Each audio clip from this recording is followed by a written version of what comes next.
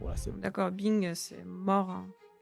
Tu serais surprise. Pourquoi? J'ai déjà été missionné pour faire passer des tests effectivement techniques et effectivement ça fait peur. Je dirais quasiment systématiquement, il y a une mauvaise maîtrise sur un sujet fondamental du SEA. Et Je vois bien les commentaires déjà s'afficher. Oh, Alexandre. Oui, mais il y a beaucoup de gens qui n'ont pas assez confiance en eux pour aller tester. une fois, Ok. si tu t'en rappelles, c'est le format YouTube qui pousse à la conversion. Bah en fait, Google va l'arrêter. Tout ce qui était transport maritime était impacté, donc Ok. de manière générale. Puis il y a eu effectivement le canal du Panama qui avait été bouché. Enfin, bref, il n'y a rien qui allait. Les courbes ne se croisaient pas, quoi. C'était nul au niveau des conversions, c'était pas foufou, ça coûtait très cher et finalement il se passait rien. Et puis après 2 mois, clac, les deux lignes se sont inversées. Au niveau de l'automobile, je crois qu'au bout de 2 visites en concession, c'est quasiment gagné. Bah, par rapport à ce que tu viens de dire, moi je trouve que le marché du search, il est en berne. Faut pas oublier quelque chose, pour Google, leur client c'est toi, c'est pas l'agence. Est-ce que c'est pas beaucoup de, pardon du terme, du mindfuck pour finalement peut-être peu de conversion? Pour ceux qui se posent la question, j'ai commencé à euros par an. Je tiens à remercier notre sponsor qui aujourd'hui sponsorise le podcast La quête du SEA. Donc Shanable, c'est la plateforme pour optimiser votre flux sur Google Ads, sur Pinterest, sur l'ensemble des régies publicitaires, que ce soit dans l'automobile, dans l'e-com. Moi personnellement, je l'utilise sur la partie e-com et honnêtement, ça m'a permis de gagner en performance. Il propose également un CSS qui permet d'être ultra rentable comparé au CSS classique type Google et d'autres propriétés à partir de 19 euros par mois. Vous pouvez créer gratuitement un compte sur le site de Shanable. Vous retrouverez l'ensemble des informations dans la description. Et merci encore à Shanable d'avoir sponsorisé le podcast. Bonjour Jana, Salut Alexandre. comment vas-tu? Écoute, plutôt bien, merci. Et toi? Magnifiquement bien en ta présence. Oh, non mais c'est gentil de m'avoir invité en tout cas. Bah, avec plaisir. Pour ceux qui ne te connaissent pas, Jana, je vais te laisser te présenter. Mais très rapidement, tu es donc la responsable SEA chez Mazda. Tout à fait. Depuis 2018, je suis en charge du paid search ainsi que du site web mazda.fr et des campagnes CRM. Ok, bah, donc c'est vraiment très, quand même assez 360 degrés. Donc SEA, Webmaster plus CRM. Tout Bon, à fait. effectivement, tu as la main sur une grosse partie de l'acquisition. Oui, Oui. on peut le dire. Donc, ok, top. Et moi, j'ai quelques questions, Jana. Je te laisserai également me poser des questions par la suite. En fait, la première, c'est, bon, effectivement, nous, on le sait, dans le domaine de l'automobile, nous, je pense que tout le monde a pu le constater, ça a été un certain moment en crise, parce qu'effectivement, il n'y avait plus assez de véhicules suite au Covid.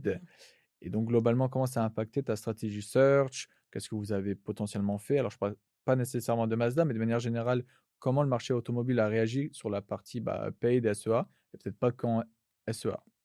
Alors effectivement, le marché automobile avec le Covid, c'était pas évident hein, entre les concessionnaires qui étaient fermés, entre par la suite, après la réouverture, il y a eu problème d'approvisionnement des composants électroniques qui ont fait également des retards de production, etc. Donc c'était assez compliqué Parce que effectivement. ça provenait de la Chine, principalement, ou l'Asie. Oui, tout ce qui était transport maritime était impacté, donc Ok.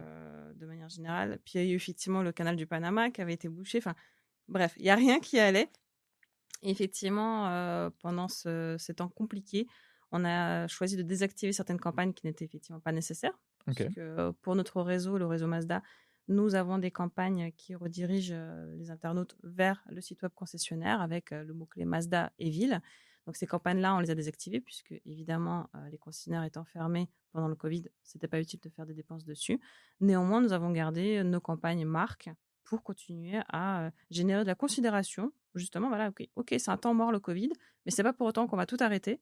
On va effectivement un petit peu baisser les investissements, mais on va continuer à être présent pour être présent à l'esprit du consommateur qui rechercherait un nouveau véhicule.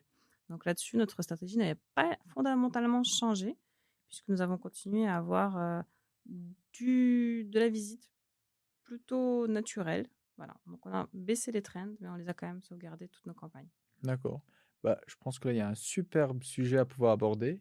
C'est effectivement le maintien ou non de la marque en SEA, de manière générale. Ah, la Donc, fameuse pas marque. quand la fameuse marque, pas quand en période de crise, parce que globalement, pour ceux qui ne connaissent pas nécessairement le milieu automobile, il y a effectivement la marque, exemple Mazda, mais il y a aussi tous les modèles derrière. Disons, le véhicule électrique, c'est le MX-30, si je ne dis pas de Tout à fait. bêtises. Oui. Il y a également le CX-30. Tout à fait. Pour donner aussi un peu de contexte, comment ça se fait que je connais ces modèles? C'est juste parce que j'avais effectivement accompagné, Jana pendant un petit moment sur la période enfin sur, la stratégie SEA et effectivement, on avait travaillé un petit moment ensemble. Oui. Donc voilà, fut un temps. Très bonne collaboration. Je n'ai qu'un souvenir positif de notre expérience ensemble, c'est sûr. Bah, écoute, j'espère que les performances aussi. Oui. Non, sincèrement, c'était très intéressant parce que rien que quand je t'avais rencontré, c'était très naturel. En fait, ce que j'ai bien aimé, c'était ton aspect business. C'est tout de suite, tu es rentré dans le business avec moi, dans le sens où, OK, Mazda, là, vous souhaitez quoi? Et c'est que tu t'es approprié le compte comme si c'était ton entreprise. Et tu vois, c'est ça que j'aime parce que je l'aurais fait moi-même. C'est-à-dire que si je travaille avec quelqu'un, je le fais comme si c'était mon entreprise. Du coup, je m'investis à fond. Et toi, c'est ce que j'ai apprécié, c'est que tu as tout de suite pris le compte en main et tu t'es dit, attends, là, la structure, elle n'est pas bonne. On va peut-être réorganiser ça. Là, pour ça, je suis pas sûre. Je vais peut-être mettre les audiences juste en observation. On verra après. Ça, j'ai regardé, c'est vraiment pas bon. Enfin, vraiment, j'ai vraiment apprécié ton investissement comme si c'était ton entreprise. Après, c'est ton rôle, évidemment. Tu étais payé pour. Je te remercie. Mais j'avais beaucoup apprécié cette approche quand on s'était rencontrés. Alors pour ceux qui se posent la question, non, je n'étais pas payé 60 000 € par an. Quand on commence en agence, c'est pas ces salaires-là. Mais effectivement, je pense que c'est très, très important, quel que soit le salaire.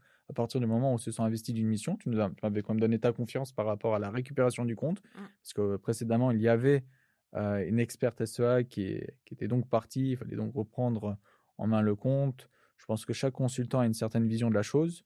Et l'idée, voilà, c'est d'essayer, je pense, de construire au mieux la vision, la strat à deux, éviter que, voilà, que l'expert soit seul dans son coin. Toi, tu m'avais également donné beaucoup d'input pour comprendre effectivement ce marché, Mhm. qui est quand même très particulier. C'est vrai.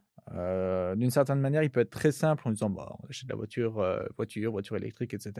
Bon, certes, mais il y a aussi toute une compréhension business. D'où viennent tes clients? Ils avaient quelle marque précédemment? Ils te quittent pour quelle marque? C'est plutôt quel type de modèle? Est-ce qu'il y a justement un enjeu sur l'électrique? On observe effectivement les CPC sur les voitures électriques. Je me rappelle qu'on avait bien baissé le Ouais, CPC. c'était magique, sincèrement, puisque ça coûte tellement cher les mots-clés génériques, c'était dingue. C'est vrai, c'est vrai. Et après, il y a tout l'enjeu, effectivement, quelles sont les actions de conversion qu'on met en avant. Mais je vais juste revenir sur la partie marque, effectivement.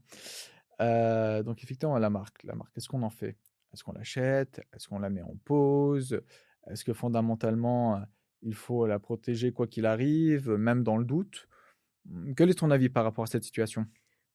Alors, franchement, ça dépend, je pense, de l'entreprise, du secteur, etc. Réponse de Normand.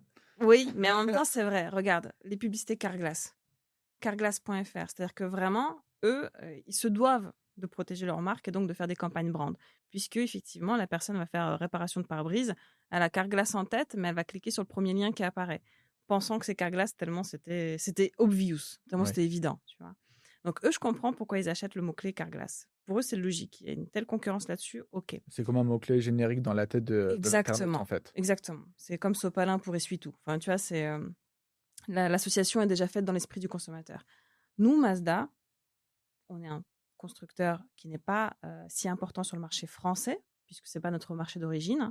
En France, nous avons des constructeurs nationaux, hein, Peugeot, Renault, Citroën, voilà, qui effectivement, Pour ne pas les citer. voilà, font citer trois. Donc du coup, ils sont tous dits et qui effectivement prennent la grosse part du marché. Donc c'est clair que en tant que Mazda, nous on est le petit challenger dans le paysage automobile. Donc acheter notre marque me paraît quelque part euh, pas nécessaire. En tout cas, c'est pas stratégique. Pas stratégique pour acquérir du consommateur, du prospect. Parce qu'en fait, déjà, quelqu'un qui va taper Mazda, c'est qu'il est déjà presque acquis. Il a un En tout cas, intérêt. sincèrement, c'est ce qu'on peut voir dans les conversions par la suite. Tout ce qui provient de la brand et la plupart du temps un bon taux de conversion derrière. C'est Logique. c'est logique. Mais du coup, tu imagines, donc Mazda, on n'est pas un constructeur très connu en France, ce qui fait que quand on nous trouve, quand on nous cherche, c'est presque gagné. Donc là-dessus, ça me fait plaisir. Et c'est pour ça que acheter la marque, ce n'est pas stratégique au point de vue acquisition. Mais par contre, ça devient stratégique pour faire découvrir à justement ces prospects qui sont intéressés par notre marque des produits ou les nouveaux modèles que l'on peut commercialiser. Ça, oui, mais pas pour de l'acquisition. Clairement pas. D'accord. C'est mon point de vue pour Mazda, en tout cas, dans le domaine automobile. OK. Alors, pour ceux qui se posent la question de manière générale, pourquoi il faudrait acheter ou pas la marque, je donnerai quelques inputs. Il y a la première considération, c'est de savoir si c'est un nouveau compte ou un ancien compte. Je vais En effet. m'expliquer. Ouais, parce qu'en fait, quand c'est un nouveau compte, potentiellement, on n'a pas de data. Si on n'a pas de data et il faut driver des conversions sur leur marque, mais comment on nourrit l'algorithme en amont pour avoir je dirais, des conversions faciles, la marque aide énormément en termes effectivement d'audience, d'algorithme, etc., etc. Bon, on peut quand même se dire que Mazda, a priori, n'a pas un compte qui date de la dernière pluie. Bon, voilà. Ça fait combien de temps qu'on fait du SEA chez Mazda? Ouh, je suis arrivée en 2018. C'était déjà le cas Ok, avec les campagnes, donc facile depuis 2015. ok, on va dire une dizaine d'années. Ouais. Bon, voilà, je pense en 10 ans, effectivement, on peut quand même se Mm. poser des questions par rapport à la conservation ou pas des campagnes marques. Après, il faut aussi voir, j'imagine, si le SEO rank bien correctement. Et là, tu as un sous-sujet par rapport à ce que tu m'as dit. Donc, il y a Mazda plus ville pour trouver les concessionnaires. Tout à fait. Est-ce que donc les concessionnaires ont un bon SEO qui remonte correctement là-dessus? Je pense Tout à fait. qu'effectivement. Ça fonctionne bien. Nous avons fait Ok. les sites web. On les avait construits effectivement Donc, c'est Mazda qui a fait les sites pour les Oui, concessionnaires. exactement, ouais. Ok. On les a construits dans la logique justement d'un bon référencement naturel, donc ça, ils ressortent spontanément.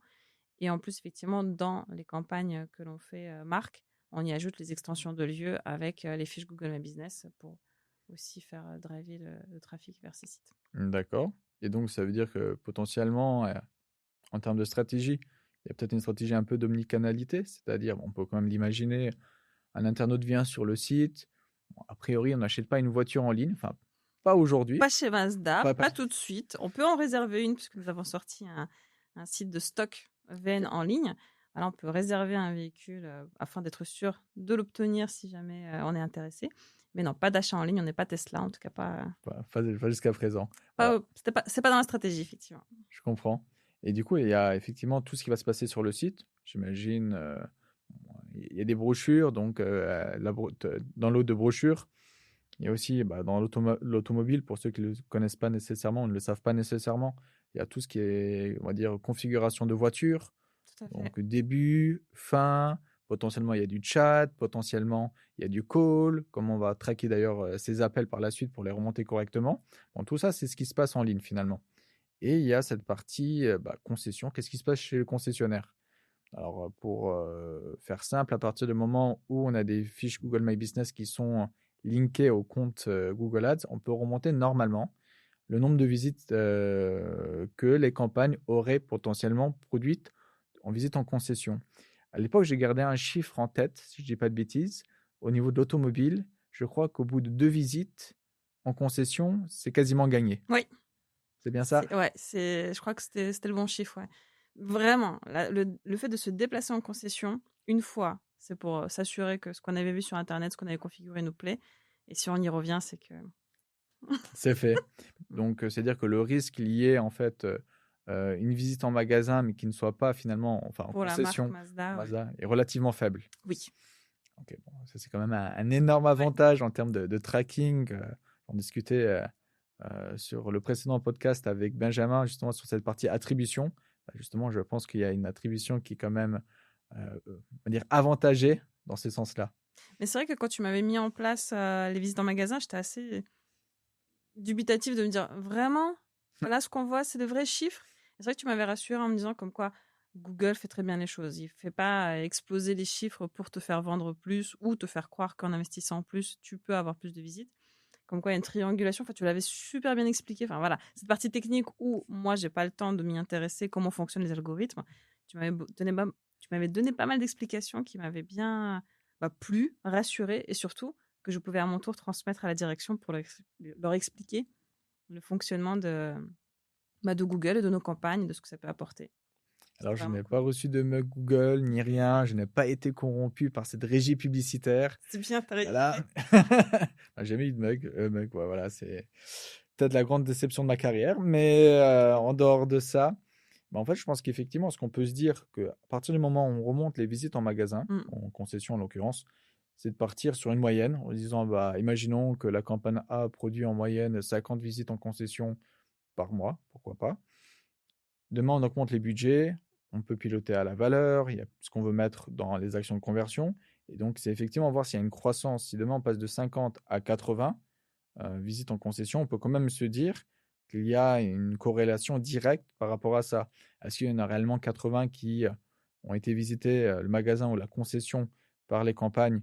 Je peux accepter qu'il y ait des doutes, des suspicions, mais si on voit que partant du principe que tout est égal par ailleurs, petit principe économique, et qu'il y a effectivement une croissance, on peut dire bah, effectivement il y a plus de trafic en magasin, et donc il peut être valorisé.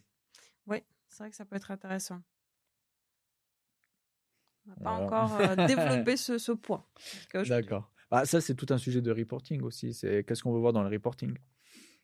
Exactement. C'est vrai qu'au niveau des conversions, aujourd'hui, on va se concentrer plutôt sur les micro-conversions qui vont justement parcourir et jalonner le chemin de l'internaute qui recherche une voiture. Et ces micro-conversions, c'est notamment le car configurateur. Aujourd'hui, c'est ce sur quoi on axe nos campagnes. D'accord, je comprends. Alors, c'est vrai, moi, quand j'ai acheté une voiture, alors oui, j'ai acheté une voiture, désolé, Qu'est-ce que tu as acheté?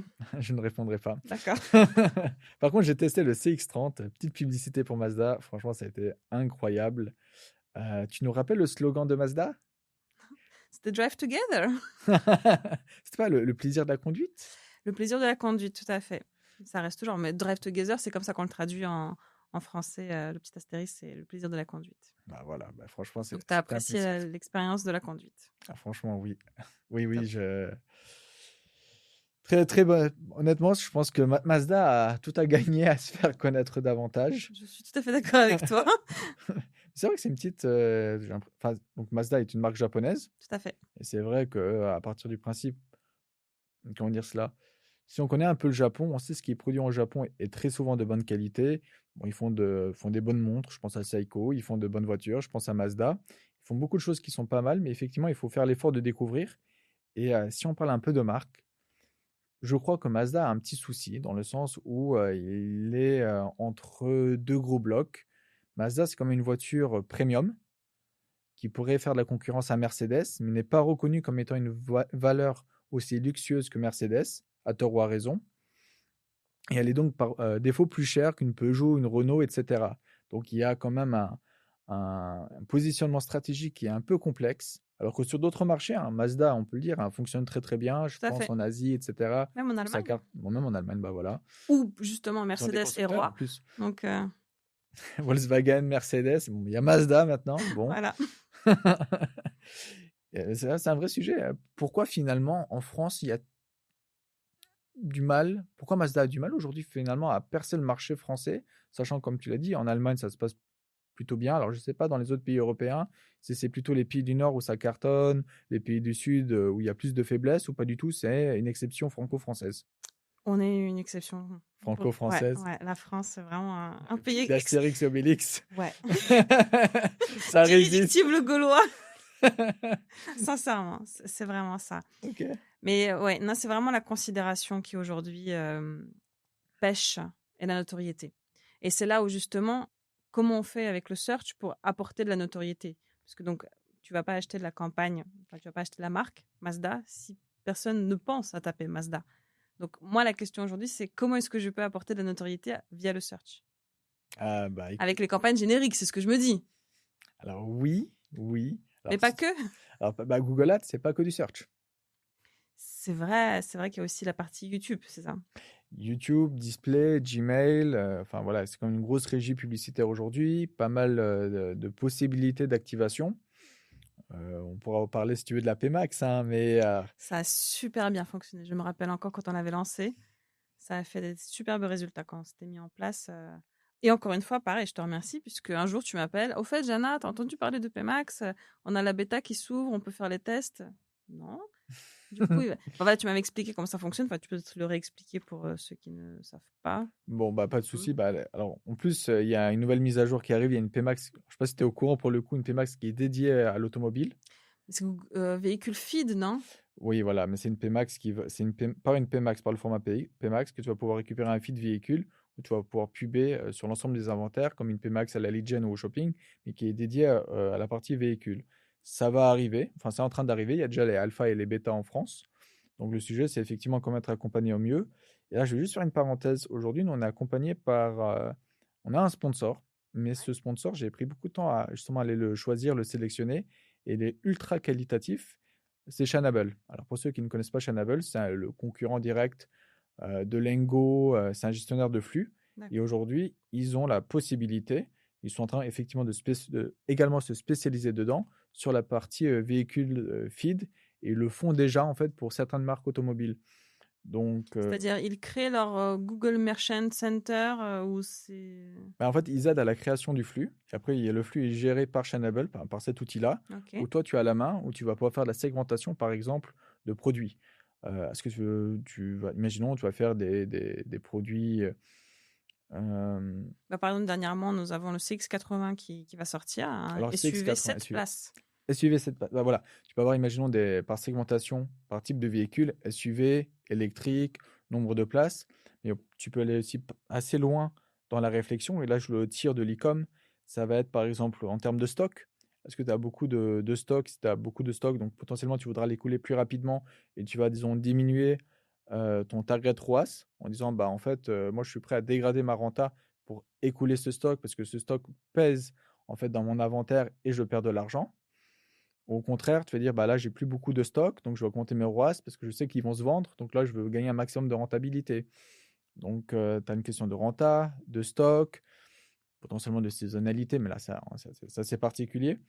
Mais voilà, il y a d'énormes options et d'énormes possibilités. Et du moins, tu pourras utiliser ce format PMax. Donc, le format PMax qui permet de cibler l'ensemble des régies publicitaires sur Google Ads. Tu ne choisis même pas en réalité les mots-clés, mais tu peux quand même donner des thèmes de recherche. Ce pas des termes de recherche, ce sont des thèmes de recherche qui ont en fait le même niveau de ciblage qu'un mot-clé qu'un mot-clé en large.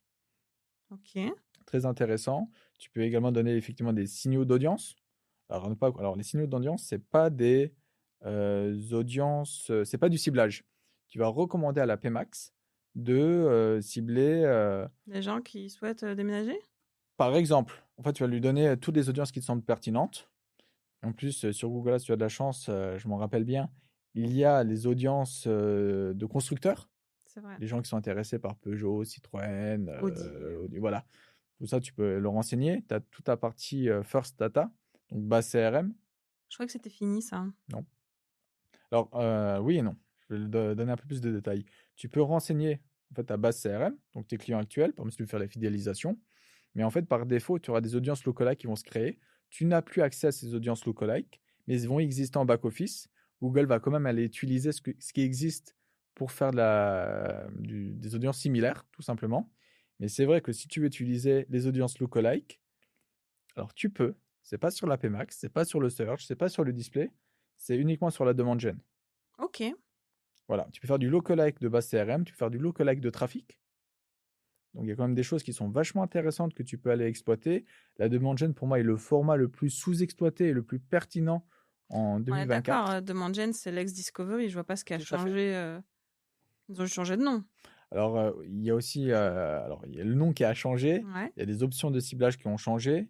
Il y a aussi comment c'est affiché. Donc, sur la demande gen, il y aura effectivement sur la page d'accueil potentiellement de YouTube ou sur certains endroits en type display sur YouTube. Ok. Donc voilà, et en plus là, il y a un nouveau truc qui vient de sortir. Bon, comme ça, tu le sais, on parlait de YouTube rapidement. À partir du moment où je fais ce podcast, donc là aujourd'hui, ça fait seulement 2-3 jours qu'on a eu l'information. Tu parles à tes auditeurs? Voilà, c'est ça. Donc, comme ça, ils savent ce qui se passe. En fait, il y avait le format VAC, ex YouTube for Action. Je ne sais pas si tu Ok. t'en rappelles, c'est le format YouTube qui pousse à la conversion.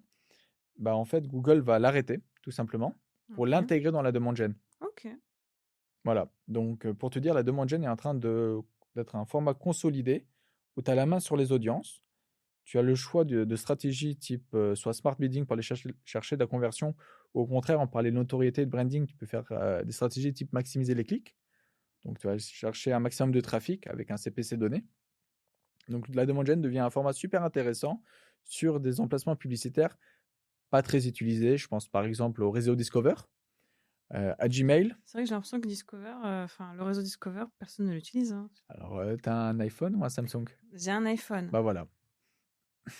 Bah voilà Bah, quoi. c'est sur Samsung. Ok. C'est sur Android. OK. Voilà, c'est là où tu peux effectivement voir les news, et cetera et ça fonctionne assez bien. Non pas parce qu'il y a un taux de conversion exceptionnel, parce que tout simplement, il y a un CPC, CPM extrêmement faible par le fait qu'il y ait peu de pression concurrentielle sur ces régies-là. D'accord. Comme à l'époque, Gmail Ads fonctionnait très très bien parce que c'était un inventaire très peu exploité. Donc on avait un taux de conversion 5 fois inférieur, mais on avait un CPC 10 fois inférieur au search. Donc finalement, on était gagnant. OK. Donc voilà, donc il y a effectivement le taux de conversion, mais effectivement, combien on est prêt à payer le clic ou le CPM. Et tout ça est intéressant.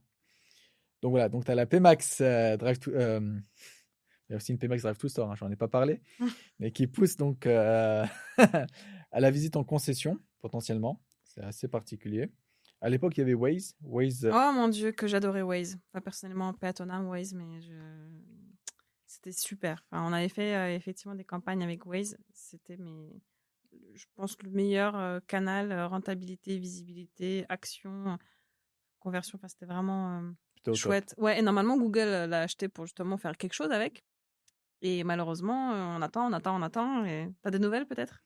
Alors, bah, aux dernières nouvelles, ça devait être intégré plutôt dans la PMax Drive to Store. Ok. Et d'ailleurs, quand on va sur le site de Waze, ils nous recommandent de lancer une PMax Drive to Store. Il y a Ok. peut-être un micro-sujet par rapport à ça.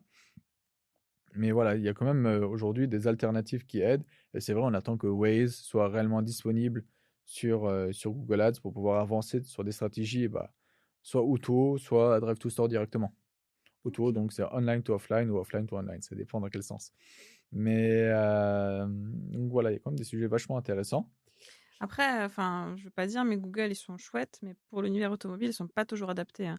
En tout cas, pas pour la législation française, puisque là, tu as parlé de Performance Max et donc du fameux véhicule feed, donc justement pour pouvoir faire la promotion de son stock, donc neuf, occasion, enfin ce qu'on souhaite.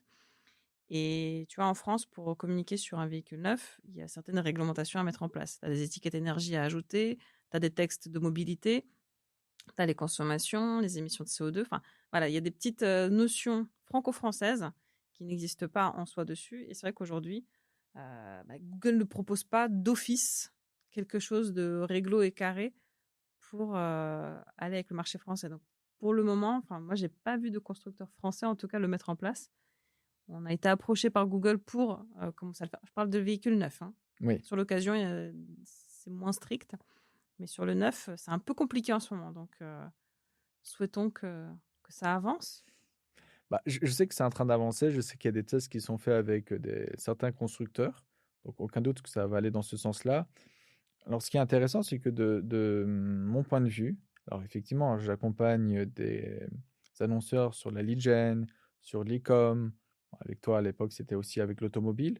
Et en fait, tout ce background que j'ai Mhm. me permet de te répondre qu'aujourd'hui, même sur d'autres secteurs, je pense à l'e-com, Google n'avait pas toutes les options nécessaires, mais par la force des choses, il le développe et il l'intègre. Ouais. Par Pour exemple, la l'électoral. consommation énergétique, par exemple, sur les lumières, par exemple, ce genre de choses. Ok. Donc, c'est en train d'être poussé. Il y a des étiquettes justement qui arrivent pour être complétées. Donc, c'est pour ça, moi, j'ai pas de doute qu'à partir du moment où il y a des enjeux business, il y aura du développement autour du produit. Alors, si c'est C'est pas le fait moment. aujourd'hui, Mhm. voilà.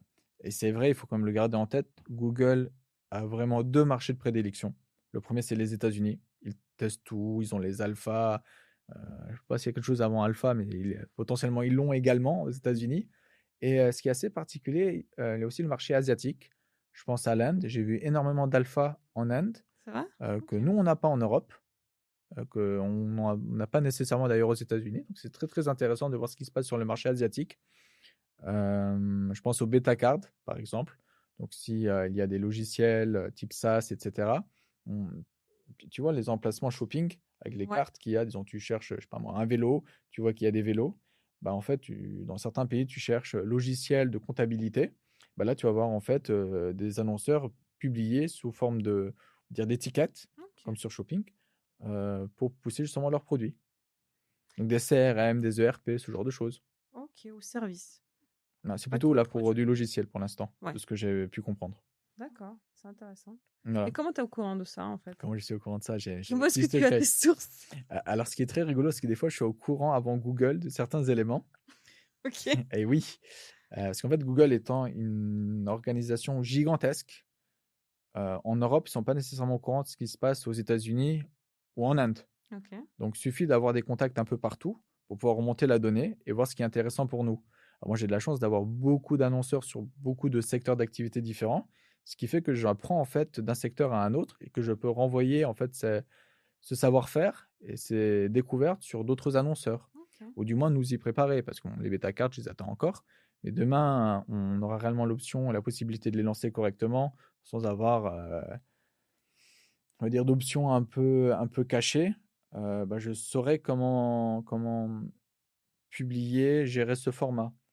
Et c'est vrai que c'est aussi une certaine difficulté. Je parle avec d'autres experts SEA dans d'autres pays qui me renvoient aussi des informations. OK. Donc l'idée, c'est effectivement d'avoir un réseau le plus vaste possible pour avoir une remontée de données.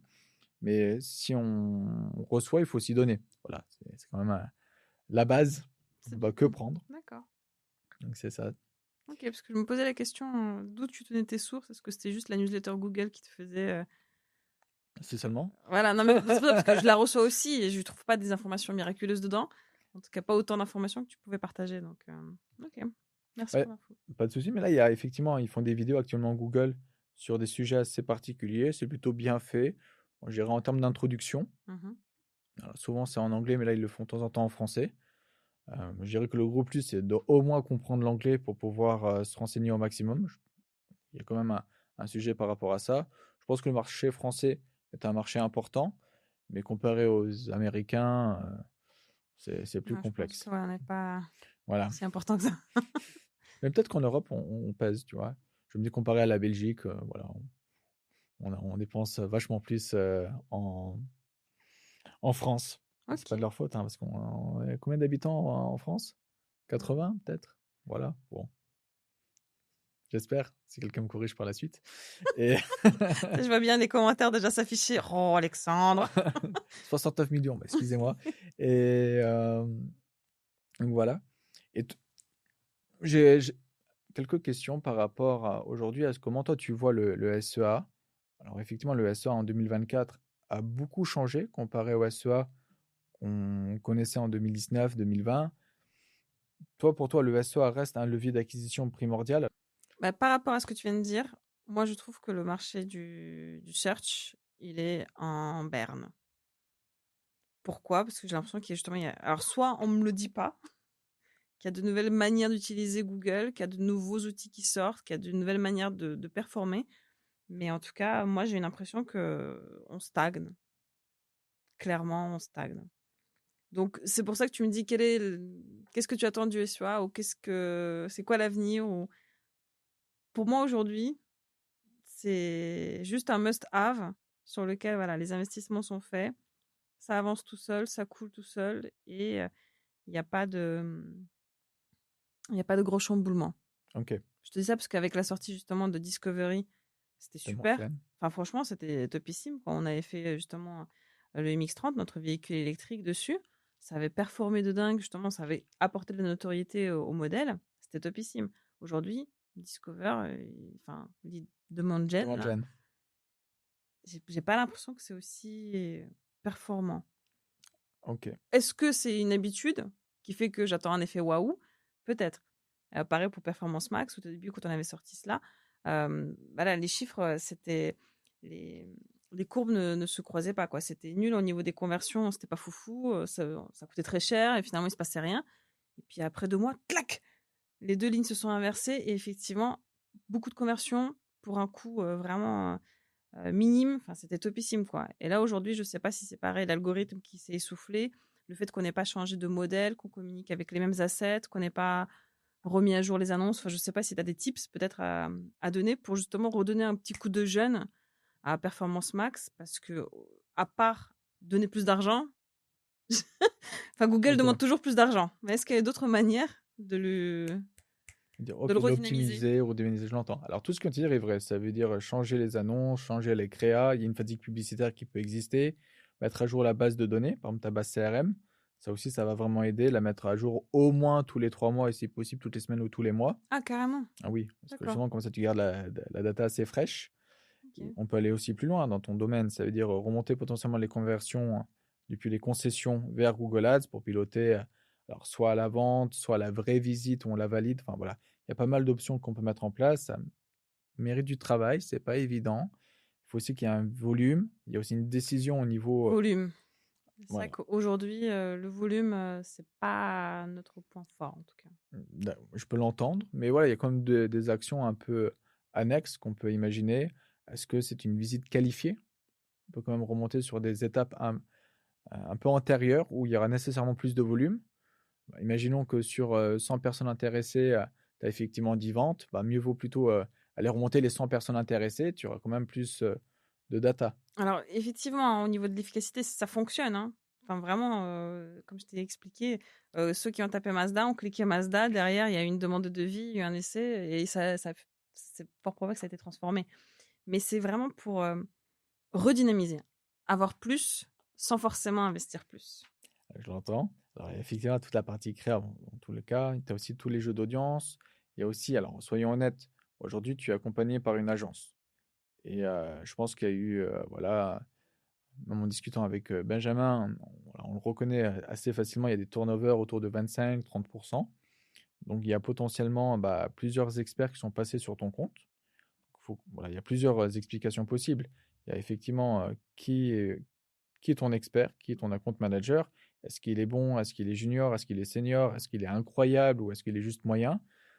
La réponse t'appartient. Il y a quand même le premier sujet, c'est quel est le niveau de quelle est la compétence, le hard skill qui t'accompagne au day to day et sur les projections. Donc ça, c'est la partie agence expert. Puis tu as la partie Google. Soyons honnêtes, pas tous les AM Google se valent. Moi, j'ai travaillé avec des AM Google extraordinaires. Camille Farah, si tu nous écoutes. Dans nos cœurs. J'ai beaucoup apprécié notre collaboration avec elle, dans le cadre de notre, JPP. Donc, vraiment c'était top. Donc voilà, donc côté Google qui t'accompagne également, est-ce que c'est la même intensité? Voilà, moi, on me l'a dit, hein, côté Google, à un moment donné, il y a eu, post-Covid, un boom en termes de publicité en ligne. Mmh. Ils ont dû recruter et en fait, ils se sont retrouvés dans la pire situation possible, recruter pour le business. Donc là, à l'époque où c'était extrêmement compliqué de rejoindre Google, de ce que j'ai compris, il y a quand même eu quelques Les portes se sont facilités. ouvertes. Voilà, et là, on voit bien, il y a des account managers très, très moyens. Potentiellement, ils vont pas évoluer parce que ça, c'est le truc de Google. Quand tu es pas bon, bah, tu restes à ton niveau. Bah, malheureusement, bah, quand ils accompagnent des comptes, bah, c'est pour notre pomme. Donc voilà, l'account manager de base restera un account manager de base. On a le droit d'en changer? Oui, tu peux faire la demande. Ouais, OK. Alors, d'autant plus que si tu es accompagné par une agence, normalement, ils ont des relations privilégiées avec Bah, Google. dans le cadre de l'agence, oui, parce que moi j'ai pas de relation directe donc, mais Est-ce que tu utilises des scripts ou ce genre de choses sur ton compte Google Ads? des scripts, c'est-à-dire? En fait, aujourd'hui sur Google Ads, tu peux utiliser des scripts, en particulier pour la Pmax qui reste effectivement plus ou moins une black box quand on veut lire en fait, ta pondération de dépenses, où tu dépenses, quelles sont les conversions sur les régies. Bah, tu as un script, qu'aujourd'hui, est disponible. C'est Mike Rhodes qui l'a produit, c'est un développeur SEA et en fait, ça nous permet de savoir combien on a dépensé par régie publicitaire et effectivement les conversions, le coût par conversion qu'il y a par régie. Donc, tu parlais effectivement de changer les créas. Si tu as 70 de tes dépenses, par exemple, qui est sur YouTube, tu changes tes vidéos YouTube ou tu les améliores, effectivement, c'est censé avoir un impact.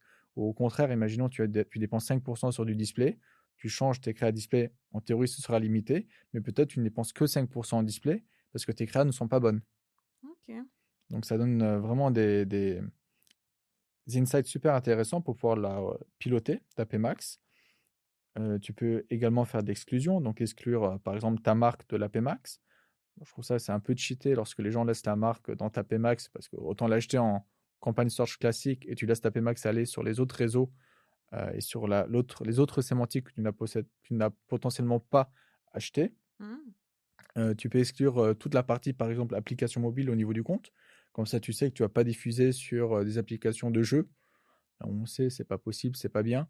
Moi, personnellement, j'ai exclu, toute la partie, Play Store, toute la partie app, Android et Apple pour être sûr de ne pas diffuser sur ces mauvais emplacements et on peut aller plus loin. On peut exclure des mauvais emplacements display et cetera ou même des chaînes qui n'ont rien à voir. Donc voilà, il y a quand même des grosses optimisations quand même à faire à ce niveau-là. Enfin, c'est vraiment du travail de fourmi là, hein, ce que tu ce que tu dis. Ah, c'est un travail d'expert. OK. Donc ouais, il y a tout ça et par contre, moi, je reste convaincu d'un point, c'est par rapport au fonctionnement de la Pmax. Aujourd'hui, la Pmax, comme j'ai dit, bon, effectivement, c'est des signaux d'audience. Il va chercher des mots-clés tout seul, on peut lui donner des thèmes de recherche. Mais pour moi, ça n'exclut pas 2 types de campagnes. des campagnes de retargeting que tu peux avoir sur YouTube, display demande gen. OK. Ça peut être toutes les personnes qui ont été sur ton site. Ça peut être utiliser ta base de données CRM pour leur envoyer une publicité. Tu as deux types de base CRM. Tu as la base CRM client, donc tu veux par exemple les fidéliser. Tu peux segmenter, imaginons, les acheteurs du MX30 sur les 5 dernières années ou les 10 dernières années. Tu leur envoies une publicité pour dire qu'il y a le nouveau modèle. Voilà, ça permet peut-être de faire changer Mmh. de véhicule. Tu peux également, avec tous les leads que tu collectes, par exemple, je sais pas, sur de la brochure, si tu collectes le lead, renvoyer en fait une publicité personnalisée en fonction des types de brochures qui ont été téléchargées. Est-ce que ça fonctionne vraiment ça? Parce que c'est vraiment, je trouve, de la création de campagne sur mesure, vraiment du fine tuning de je vais faire presque de la niche. Donc, Alors, chercher la personne qui aurait téléchargé la brochure CX30. Du coup, on va lui pousser, tiens, du une CX30. campagne de CX30 ou alors on va lui faire monter d'un étage avec le CX60 qui est un gros SUV. Enfin, est-ce que c'est pas beaucoup de, pardon du terme, du mindfuck pour finalement peut-être peu de conversion? Je Qu'est-ce que pense tu en penses? qu'il y a deux sujets. Le premier, je pense, c'est la volumétrie. Combien tu as de personnes dans cette base de données? Si tu en as 50 ou tu as 200 personnes, effectivement, ça ne vaut pas la peine. Ok. Alors, imaginons que tu en as 2000 ou 20 000. Bon, là, effectivement, on peut quand même se dire qu'il y a des intérêts à pouvoir le faire. Donc, il y a déjà, on s'adresse à combien de personnes? C'est le premier sujet. Et le second sujet, ça peut être aussi, alors, pas nécessairement repousser de CX30, mais si tu as une promotion, si tu as une offre LLD, voilà, il y a quand même des choses que tu peux aller cross-seller ou upseller en fonction de l'intérêt qui a été donné. Et tu peux aussi, alors là, à ce moment-là, on est un peu plus dans l'optimisation. Toute personne qui a téléchargé une brochure, mais qui n'est toujours pas client. Enfin voilà, tu peux aussi faire de l'exclusion entre bases Mm. de données pour voir en fait ce qui fonctionne. Parce que c'est vrai qu'aujourd'hui, le smart bidding, etc., fonctionne très très bien, mais si on parle d'affichage, du display de YouTube d'audience, finalement, c'est le bon message à la bonne audience. Donc, comment tu travailles ton audience et comment tu travailles ton message? Et si les deux se rencontrent, potentiellement, tu as quand même des actions qui vont se réaliser. Et savoir quelles actions qui sont attendues. Donc, tu sais bien, dans les campagnes Google Ads, aujourd'hui, on Mm. peut donner des objectifs distincts en fonction des campagnes. La campagne A peut être du branding, donc ton objectif, n'est pas nécessairement sur la conversion, mais la campagne B, c'est pour aller chercher de la brochure. La campagne C, ça peut être pour faire du car-conf ou peut-être les deux en même temps. Et là, effectivement, tu leur donnes de la valeur et tu le pondères. Est-ce que ton car-conf a plus de valeur que la brochure? Si oui, tu fais un jeu de pondération. Et voilà, ça, on rentre un peu effectivement dans le technique. Donc, pour répondre à ta question, si c'est un peu du mindfuck, la réponse c'est oui si la volumétrie n'est pas bonne, si les audiences ne sont Ok. pas suffisamment populées. Voilà, c'est un petit Ouais, inside joke. c'est clair. Et globalement, voilà, il y a quand même des réflexions à avoir. Sur le search, on le sait globalement, on est en smart bidding, on peut ouvrir des mots-clés en large, ou en expression et Ouais, plus de c'est l'exact, ça. on va Aujourd'hui, rester, j'ai l'impression que ça etc. roule tout seul. Alors, il y a quand même, je dirais Il y a un qu'aujourd'hui, pilote. alors c'est vrai, le search, Bref. on peut se dire, les choses sont bien structurées, ça tourne tout seul, soit très bien. Mais en fait, il y a tellement de choses qui évoluent aujourd'hui. Je crois sur les 2 dernières années, il y a eu tellement de changements. Et là, il faut se dire, quel est le rôle du consultant SEA? Parce que là, il y a une grosse question, c'est quel est le rôle du consultant SEA? Est-ce qu'on t'a recommandé du consent mode? Je pense que oui, j'espère. Est-ce qu'on t'a mis le suivi avancé des conversions? Est-ce qu'on t'a parlé de server-side? Voilà. Tout ça, c'est des sujets que aujourd'hui, ton Des consultant segments SEA, TS, etc. Effectivement. voilà. C'est des gros sujets qui vont venir, qui vont impacter la performance. Donc, est-ce que tu es au courant et est-ce qu'on t'a recommandé des bons partenaires ou est-ce que vous allez le faire en interne? Mm. L'idée, c'est pas d'avoir la réponse, mais voilà, c'est quand même le rôle aujourd'hui du consultant SEA. Et moi, j'ai une conviction très très forte sur le fait que le consultant SEA aujourd'hui, alors effectivement, il vient d'arriver ou c'est une reprise de compte, il a besoin de restructurer le compte potentiellement, ok, soit, ça se fait sur 1 an et allez, pourquoi pas sur 2 ans. Et après, le sujet, c'est au bout de 2 ans, qu'est-ce que tu fais en tant qu'expert SEA ou en tant qu'agence SEA? Et en fait, il y a plusieurs réponses. La première, c'est effectivement être au courant des dernières mises à jour, savoir ce qu'on peut tester ou ne pas tester, Mm. te tenir au courant, avoir ton avis, voir ce qu'on est prêt à justement tester ou pas, dans un premier temps ou dans un second temps. C'est pas grave. Comme la PMAX au début, pour beaucoup d'annonceurs, ça a été un casse-tête. Je pense qu'aujourd'hui, on aurait du mal à faire du modern search sans PMAX. Même le premier point. Mais voilà, je reste convaincu en tant que je monte mon agence. Je suis très critique par rapport aux agences, de manière assez récurrente, que ce soit sur le turnover, sur les fees, sur le travail effectué. Parce que je pense qu'effectivement, il y a moins en moins de seniorité en agence. Mais le sujet, c'est de se dire, comment on peut offrir au mieux un conseil, le conseil pour t'accompagner. Et en fait, le conseil, c'est un mot magique qu'on utilise en agence en disant oui, on fait du media buying, de la gestion de campagne et du conseil. Mais on met quoi exactement dans le conseil? Moi, j'ai une Et vision. quoi dans le Moi, conseil, toi? je mets quoi dans le conseil? Moi, j'ai envie de développer une agence qui est différente des autres. Mmh. Parce que je pense que d'ici 5 à 10 ans, toutes les agences qui restent sur une méthode traditionnaliste vont soit disparaître, soit être en grande difficulté financière. Moi, j'ai la vision suivante. On fait un compte, on le met au carré. À un certain moment, il faut être honnête, hein, ça tourne plus ou moins tout seul. Effectivement, il y a des mises à jour, il faut changer deux, trois trucs, etc. Et effectivement, ça vaut quelque chose. Le fait de te dire qu'il ne faut pas faire, ça vaut aussi quelque chose. Mais du coup, comment on peut t'accompagner sur cette partie conseil? Alors effectivement, toi, tu me disais que tu aimais bien mon approche business, je comprenais ce que tu faisais, être avec toi, répondre potentiellement à des sujets annexes. Mmh. Et donc, il faut avoir un rôle de consultant avec un grand C pour pouvoir justement s'y connaître un peu en marketing, C'est en vrai. communication, savoir voir sur d'autres marchés ce qui fonctionne, te le reproposer, ça c'est le premier sujet. On parlait de tracking. Aujourd'hui, est-ce que ton tracking il est bon? Est-ce qu'on est capable de t'accompagner sur le tracking ou te rediriger vers un bon partenaire? Est-ce que moi je suis capable de vérifier si le tracking est bien fait ou mal fait? Surtout ça, Voilà, parce que du coup, c'est des fils supplémentaires que d'avoir quelqu'un c'est ça. externe qui va venir, voilà. Voilà, OK. c'est ça. Est-ce que potentiellement, au bout de 2 ans, qu'il n'y a plus beaucoup de travail, est-ce qu'il n'y a pas quand même une offre tracking à pouvoir soumettre, soit à un prix ultra réduit, soit quasiment offert, soyons honnêtes. Est-ce que bah, tu me disais, bah, la créa, est-ce qu'il ne faut pas la changer? Il faut la changer, t'offrir un pack de créa tous les 6 mois avec tes insights plus nos insights, ça vaut quelque chose. Oui, ça vaut Mmh. quelque chose, et potentiellement également te l'offrir. Donc moi, je pense qu'en fait, le conseil doit être offert, mais c'est avec un gros C, c'est-à-dire qu'il faut faire facturer le media buying, c'est pas un souci, OK. mais inclure énormément de services au bout d'un certain temps dans le package. Tu as du tracking, on voit ton tracking. Tu as un pack créa tous les 3 ou 6 mois. Tu veux une vidéo motion design, on le prend en charge justement pour que ce soit adapté aux campagnes publicitaires. Donc l'idée, c'est vraiment que ça parte en fait en forfait. Et dans le forfait, on essaie d'intégrer un maximum de choses. Alors si fondamentalement, il faut tout prendre et ça coûte un peu plus cher, pourquoi pas, ça se discute. Mais dire que je continue à facturer, je n'importe quoi, à 20 000 euros par mois, alors que je passe 1 heure par semaine sur le compte, quelque part, ça ressemble un peu du vol. Par contre, si tu dis, Jana, bah, tous les 3 mois, tu as un pack créa qui est offert, tu as une vidéo motion design tous les 6 mois, on revoit ton tracking tous les ans, on finance potentiellement ton server side. Voilà, il y a quand même des choses où on peut se dire que ça vaut la peine parce que les premières années, ok, il y a du travail, etc., etc. Mais il faut quand même être honnête par rapport au business de l'annonceur et à notre business. Comment le faire? Et en fait, le consultant doit se transformer un peu en chef de projet. Ouais, mais justement, le chef de projet a pas autant de projets, qu'il aurait souhaité ou voulu. Enfin, à un moment donné, tu dois être limité en termes de clients, puisque Alors, tu es seul sur le bateau. alors oui et non, hein. Il y a un sujet effectivement en agence, combien de clients tu gères? Il y a des agences où ils vont se dire, bah, chaque consultant doit gérer 20 clients. Effectivement, c'est pas possible. C'est une usine à 20 clients. Par contre, si tu es une agence où tu dis, bah, moi je souhaite être premium, où les consultants auront on va dire 5 comptes en gestion, bon, 5 comptes en gestion, et tu les fais passer petit à petit en chef de projet sur ces comptes, c'est tout à fait possible. OK. Tu en as 10, c'est plus difficile.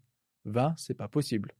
Moi, je pense le bon chiffre doit tourner entre 7 et 8 si on veut vraiment un point d'optimum.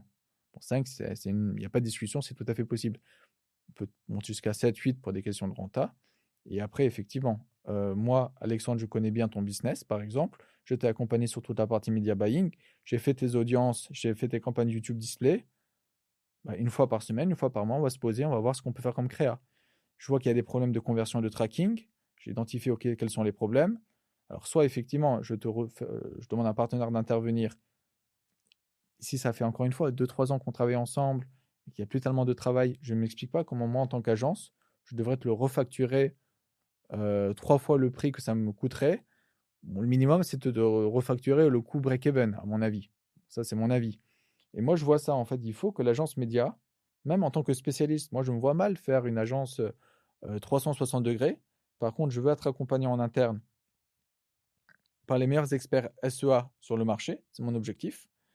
Et je veux être accompagné par des agences ou des freelances externes qui OK. sont les meilleurs dans leur domaine sur les différents sujets. Et effectivement, là, j'ai quand même des discussions. Aujourd'hui, j'ai même monté un collectif d'indépendants. Alors, quand on me demande, Alexandre, tu fais du SEO? Non. Mais je peux recommander une agence SEO, un freelance SEO. J'essaie toujours de recommander au moins 2, 3 personnes avec qui je travaille de manière régulière. Mmh. Et en fonction des profils, ça va être plus ou moins adapté. Par exemple, une agence qui est stable, enfin, un annonceur qui est stable, où il n'y a pas beaucoup de turnover en interne, on peut imaginer qu'il puisse travailler avec un freelance. Un annonceur où effectivement il y a beaucoup de mouvements en interne, ça change, etc. Il faut garder une mémoire. À ce moment-là, je vais plutôt recommander une agence. Donc, il y a pas mal de choses à pouvoir pousser. Alors oui, je précise, le match du SEA, c'est une agence. Effectivement, je suis expert. Je travaille avec mon frère qui est également expert. On est relativement que deux. Demain, on peut être 3, 4, 5. Mais mon objectif, c'est effectivement de créer en fait un peu la brigade ultime du SEA, une dizaine de personnes les meilleures sur le marché français pour pouvoir accompagner au mieux les annonceurs. Et en fait, moi, je ne suis pas prêt à faire rentrer du business si je ne suis pas capable d'avoir les meilleurs experts à mes côtés. Tout Mmh. simplement parce que j'ai cette conviction, sinon je serais resté en agence, j'aurais pu monter, j'aurais fait autre chose. Et j'ai cette conviction qu'aujourd'hui, les annonceurs sont déjà vachement mal accompagnés sur des budgets entre 10 et 50 000 euros par mois. Je dirais c'est vraiment le range où ils sont vraiment très mal accompagnés. Parce que dans les grandes agences, ils vont mettre les meilleurs seniors, les meilleurs experts sur des budgets à 500 000 euros par mois. On va pas se mentir. Ils vont se dire, bah là, effectivement, on doit être au top, on va mettre les meilleurs, etc. Donc là, ils vont mettre les meilleurs. Et qu'est-ce qu'on a quand on met 20 000 euros par mois dans une grande agence? Moi, je sais, je les ai faits. Très probablement, il y aura soit le junior, soit le stagiaire, soit l'alternant. Il n'y aura pas de profil senior. S'il y a un profil senior, il va travailler allez, 2 heures par semaine si on a de la chance. Et encore. Donc là, il y a un vrai sujet. C'est aussi qu'est-ce qu'on veut donner. Nous, on a la chance de ne pas devoir générer du business pour payer 50 salaires, 100 salaires. On est capable vraiment d'accompagner au mieux les clients en fonction de leurs besoins. Ils viennent nous voir pour un besoin très spécifique qui est le SEA.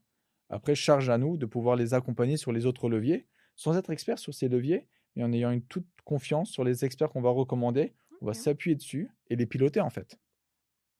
OK. Mais du coup, tu as combien de clients aujourd'hui? J'ai combien de clients? Je crois que j'en ai une quinzaine. Une quinzaine? Ah, tu as dépassé le quota des 7-8 là alors? Ouais, on est deux. OK, vu comme Et ça. voilà. Mais c'est vrai qu'aujourd'hui, on a un sujet de recrutement. Et c'est vrai, de notre côté, c'est un peu particulier de se dire bah, qui va être la troisième personne qu'on va embarquer dans l'aventure. Parce que c'est quand même une aventure. Nous, on, a on porte vraiment des convictions très très fortes. On souhaite être en full remote parce qu'on pense qu'on n'est pas obligé de faire venir les gens au bureau pour les fouetter dans un open space. Voilà, ça, c'est une grosse conviction que j'ai. Je pense que les gens peuvent être très très productifs chez eux, gérer les choses différemment.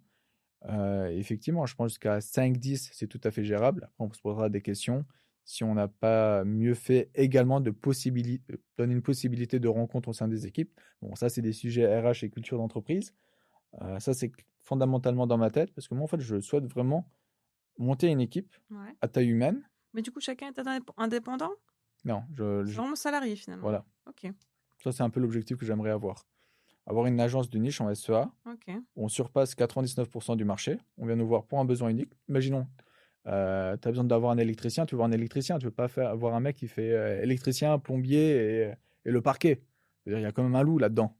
Oui, ou alors tu prends une société qui a dans 3 experts différents. voilà. Alors imaginons, aujourd'hui, tu as sur le marché des personnes qui vont dire mon expert, il fait du SEA, du SO et du SMA. Alors déjà, chaque expertise prend du temps vraiment à la maîtriser. Trouver ce que nous on appelle les hybrides qui vont déjà gérer 2 leviers correctement, c'est extrêmement rare. Mmh. Si on leur dit de gérer 3 leviers plus le tracking plus GA4, bon, à moins que le mec soit, ou la nana d'ailleurs, soit la personne Ouais, ultime et incroyable, c'est le mouton à 10 5 pattes. pattes. Ah non, À on 10 est à pattes! 10 pattes là. 10 On pattes est... carrément.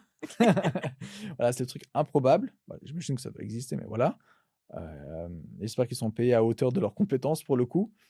Mais on ne trouvera pas. Mais par contre, si j'ai quelqu'un qui a fait pendant 10 ans du tracking, quelqu'un qui a fait pendant 10 ans du SMA, quelqu'un qui fait 10 ans du SOA et du SEO, et que toi, fondamentalement, tu as des gros problèmes en SOA ou en SEO, etc., OK. en fait, tu veux juste voir quelqu'un qui va te délivrer de cette souffrance. Et nous, on l'a énormément. Côté client, on a beaucoup d'annonceurs qui ont été voir une ou deux agences, qui ont essayé d'internaliser, ça n'a pas marché. Et pour beaucoup de raisons, hein, ça n'a pas marché. En agence, parce qu'effectivement, ils ont beaucoup de juniors et très peu de seniors. Donc, effectivement, quand il y a des vrais enjeux et des vraies difficultés, ça ne marche pas. Ils veulent internaliser. Donc, qu'est-ce qui se passe? Les juniors sont formés par des seniors. Il y a très peu de seniors de disponibles. Donc, les juniors se forment plus ou moins par eux-mêmes. Mmh. Ces juniors, au bout de 3-4 ans, deviennent seniors. Et c'est des seniors très, très mal formés qui eux-mêmes n'auront pas le temps de former les nouveaux juniors.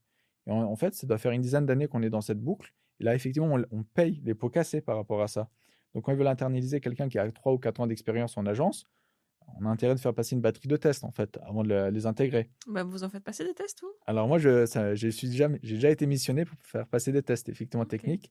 Et effectivement, ça fait peur. Je dirais quasiment systématiquement, il y a une mauvaise maîtrise sur un sujet fondamental du SEA.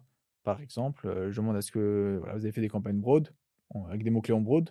Non. Pourquoi? Parce que c'est une black box. Je fais, bah, soit c'est une black box, mais comment on l'optimise? On ne peut pas juste s'arrêter là-dessus. Mmh. Est-ce que voilà, vous avez déjà fait une campagne DSA? En gros d'annonce DSA? Non, jamais. Pourquoi? Parce que c'est aussi une black box. Bon, l'excuse de la black box, à un certain moment, c'est une réponse que je peux entendre, mais ça n'empêche pas le fait qu'il faut savoir l'utiliser et l'optimiser. Ouais, mais il y a beaucoup de gens qui n'ont pas assez confiance en eux pour aller, tester, se lancer et tester. Ah, Justement, ils se disent: «Ah non, je touche pas». c'est pas pour moi. Ouais, c'est Bah, fondamentalement, c'est ce qui fait que quand on me mandate pour faire des recrutements, 9 fois sur 10, je refuse. Heu, Aujourd'hui, par exemple, un e-com qui me dit: «Je fais pas de PMax, avec shopping flux, enfin flux shopping», OK. en fait, j'arrête la discussion, c'est pas possible. Parce que shopping, le smart shopping a disparu, il y a encore du standard, on s'attend à ce que ça disparaisse bientôt. Donc qu'est-ce qu'on fait entre-temps? Les personnes un peu, voilà, traditionnalistes vont me dire: «Bah, j'ai fait une PMax feed only». Je fais: «Soit, mais demain il y a plus de feed only, comment on fait?» Et c'est déjà le cas. Google a strike cette partie, hein, feed only, on peut plus en créer. Mais j'y pense parce que là, tu parles de Google, mais aussi Amazon.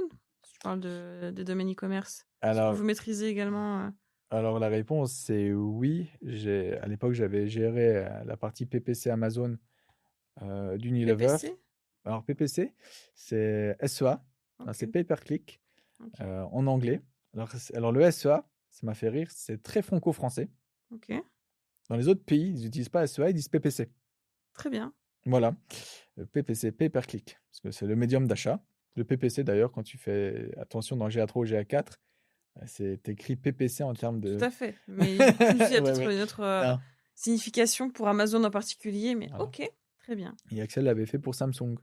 Donc en soi, on serait capable de les accompagner, même si ça fait un petit moment qu'on ne l'a plus fait, mais on ne souhaite pas non plus le pousser. C'est pas notre objectif aujourd'hui. On veut vraiment être pour l'instant Google Ads. Si demain on doit comment dire cela, se diversifier, potentiellement ce sera sur l'Amazon encore une fois SEA. On restera sur du SEA très vertical. On pourrait intégrer pourquoi pas du DV360, donc la programmatique de Google. C'est peut-être des choses qu'on va pouvoir intégrer par la suite. Mais c'est vrai qu'aujourd'hui on se focus sur notre cœur de métier, qui est Google Ads slash Bing Ads. Donc on fait Google Ads plus du Bing. Voilà, c'est D'accord, Bing, c'est mort, hein. je sais pas si c'est mort, j'ai souvent des bonnes perfs sur deux secteurs très particuliers. En B2B, D'accord. tu serais surprise pourquoi? Pourquoi? Parce que par défaut, j'ai une question sur ton ordinateur. T'as pas Microsoft Edge? Si, mais que bien sûr, il est désactivé, enfin, il n'est pas utilisé. Bon, toi tu l'utilises pas, mais il y a beaucoup de personnes qui l'utilisent parce que c'est par défaut, ils peuvent pas utiliser Chrome. Très bien. Et oui, donc voilà, c'est pour des raisons un peu administratives que des internautes utilisent en fait Microsoft. Et c'est du coup au niveau de l'entreprise, donc c'est très pertinent pour du B2B. Très intéressant, très intéressant. Et il y a une seconde catégorie d'internautes, Les personnes âgées? les personnes âgées. OK. Donc, si on veut faire de la mutuelle santé senior, de l'assurance senior, ce genre de choses, ça fonctionne quand même très bien. Très intéressant. Mm. Et j'ai aussi fait à l'époque sur du gros ERP, et Microsoft était aussi intéressant. Bah, du coup, c'est aussi du B2B, ceci explique cela. Mais globalement, on peut se dire que c'est 10% des investissements sur Google qu'on peut redriver sur Microsoft. Donc, si on dépense allez, 20 000 euros par mois, franchement, entre 1500 et 2000, c'est suffisant sur Bing. Donc, c'est très intéressant pour avoir un incrémental économique, OK. avoir une petite croissance en plus. Mais voilà, il faut aussi mettre en place tout le tracking à côté. Donc, il faut voir si ça vaut la peine. OK, c'est noté. Mais ça me fait penser, le nom, le mage du SEA finalement, il faut que ce soit les mages et SEA finalement, ça a amené à évoluer? Est-ce que Alors, c'est une très très bonne question. On ne l'a pas tout à fait répondu, pour être honnête. OK. Parce qu'effectivement, pour moi, l'hommage du SEA, alors c'est rigolo, moi quand je l'ai créé, c'était vraiment au niveau de Pour la. toi? Alors, à l'origine, Tu c'était l'avais pour moi. personnifié, on est Je l'ai d'accord? personnifié, effectivement. Mais moi, quand je l'ai créé au niveau de la société, c'était pour que la société soit le mage du SEA et pas moi qui soit le mage du SEA. Et effectivement, il y a un vrai rapprochement entre moi et le mage du SEA. Ça s'explique aussi par le fait que j'étais seul, que j'ai monté la boîte. Voilà, j'ai tout refait de A à Z pour pouvoir faire en sorte que cette agence puisse exister. Et c'est vrai que c'est difficile aujourd'hui de faire la distinction entre moi et la société. Mais à terme, effectivement, quand on sera 2, 5, pourquoi pas 10, ce que je nous souhaite, j'aimerais bien garder le match du SEA parce que le match du SEA doit être la société et pas moi. Après, si demain ça doit être les matchs du SEA, pourquoi pas? Je suis pas contre. Bon, après, c'est une question de sémantique. Ok, je note. Voilà. Non, mais très belle perspective d'avenir en tout cas. Bah, c'est les moyens qu'on se donne, c'est la vision, c'est vers là où on veut aller. Mais du coup, si demain je souhaite faire de l'Amazon, ça veut dire que tu me trouveras un partenaire S'il le faut, oui. vers qui me diriger? Ou est-ce que tu te diras, non, quand même, je vais développer la compétence en interne, je vais m'y intéresser. Enfin, comment est-ce que tu approches les problématiques clients? Alors, c'est déjà par la charge de travail qu'on a. Ok. Honnêtement, voilà, comme je te dis, on est 15, il y a 15 clients, on est deux. On peut monter, à dire. Moi, au début, j'ai eu pas mal de clients que j'ai dû gérer seul. Axel m'a accompagné. Aujourd'hui, on est vraiment sur une répartition du portefeuille client. On a de très très bonnes relations. On est quasiment day-to-day avec tous nos clients. Donc, on consacre énormément de temps. On fait le nécessaire pour que ça marche. Donc, voilà, on va chercher vraiment les contrats avec notre cœur, avec nos convictions. Et ça fonctionne. Et c'est pour ça, demain, si on doit justement aller recruter, potentiellement, on va se poser des questions sur le fait que ce soit vraiment les meilleurs sur Google Ads, etc. Mais potentiellement, et ça arrive très souvent, par exemple, voilà, Axel, il faisait, comme moi, hein, je faisais du SEA plus d'Amazon, Google Ads, enfin Amazon Ads, PPC. Donc, c'est potentiellement des profils qu'on peut aller aussi récupérer relativement facilement. Ok. Mais c'est vrai que nous, on a une seconde conviction, c'est de payer correctement nos salariés. Donc, je parlais du full remote, mais aussi les salaires. Et je pense, voilà, moi, j'ai toujours une Oh, subi. Voilà, c'est ça. Alors, pour ceux qui se posent la question, j'ai commencé à 34 000 euros par an à Paris. Effectivement, c'est pas beaucoup, mais il y a beaucoup de gens qui commencent en dessous, hein, 28 30 000 euros. Donc, j'avais su quand même négocier à l'époque ma rémunération. Mais voilà, moi, je pense que sur un full remote, quand je vois un peu les fiches de poste sur les différentes agences, bon, ils sont au moins à 40 000 euros plus full remote. Je peux également imaginer un 40 000 euros de proposition, mais il y a aussi tous les plans que je peux mettre à côté. Bon, toi qui es chez Mazda, tu sais bien, il y a des PERECO, des PERCO, des plans d'épargne d'entreprise, des PE, des primes d'intéressement. Donc il y a plein de choses qu'on peut mettre par-dessus et qui font que finalement, on arrive très rapidement sur des packages, non pas à 40, mais à 50 000. Donc voilà, il y a des choses que j'aimerais mettre en place. Moi, je pense qu'effectivement, un 50 000 euros packagé en full remote, ça, je pense voilà, on est quand même à ce moment-là sur un salaire qui est relativement attractif. Mais il faut aussi, voilà, aussi produire pour pouvoir compenser ces rémunérations. Mais je suis prêt à les payer pour avoir les meilleures personnes, à condition qu'ils veulent effectivement être en full remote. Donc, potentiellement, ils veulent quitter Paris pour aller vivre, je ne sais pas, à Montpellier, à Nîmes. Moi, je leur souhaite le sud, hein, ou à Lille, pourquoi pas, mais bon. Ouais. Ah, t'es quand même resté en France, hein? T'as pas parlé du Portugal ou... Ah, il y a des questions d'assurance. Ah, d'accord.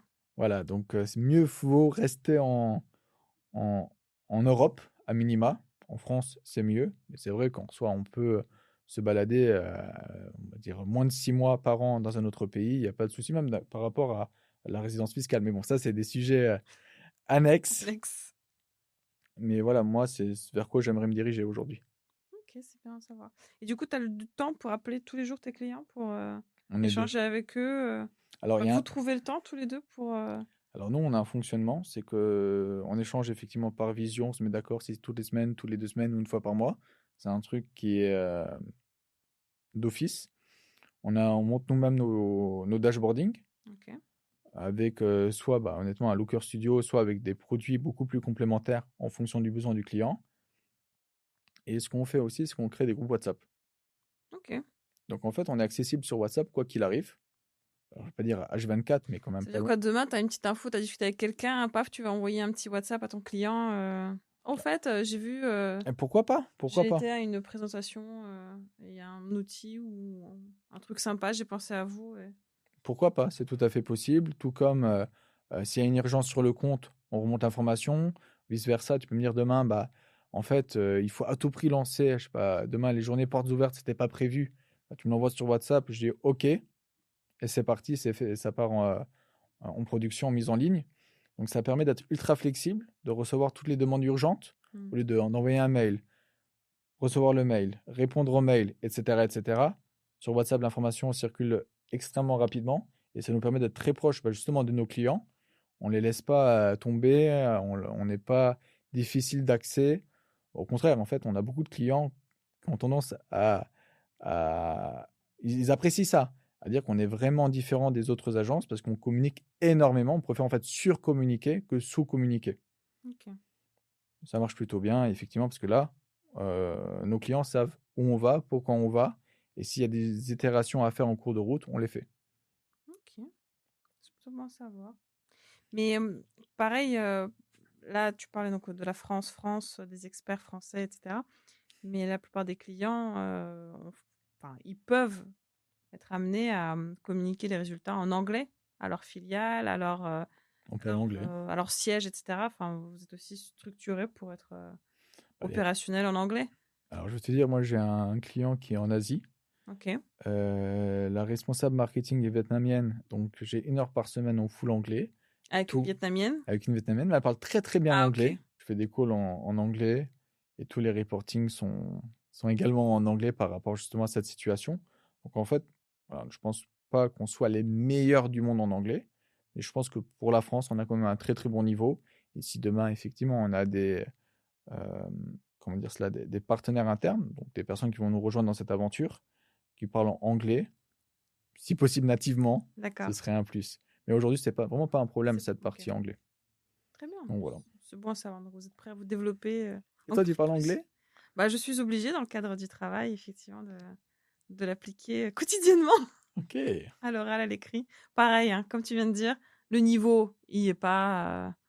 Voilà, je ne parle pas Shakespeare, mais j'arrive à me faire comprendre et on comprend, c'est le principal. So you don't speak Shakespeare. A Right. little bit. A little bit, so it's okay. Non, mais c'était un vrai plaisir, en tout cas, Alexandre, de te revoir. J'ai pas mal, voilà, j'ai pas mal de petits insights à aller vérifier sur notre compte si, s'il y a des points d'amélioration qu'on peut apporter. Bah, je souhaite que tout soit carré, hein. Ça l'est, mais si on peut faire plus, moi, ça me plaît. Je comprends. Bah, écoute, merci beaucoup, Jana. Merci Avec pour ton plaisir. temps. Merci à toi. Et je te dis à bientôt. Ciao, ciao. Ciao.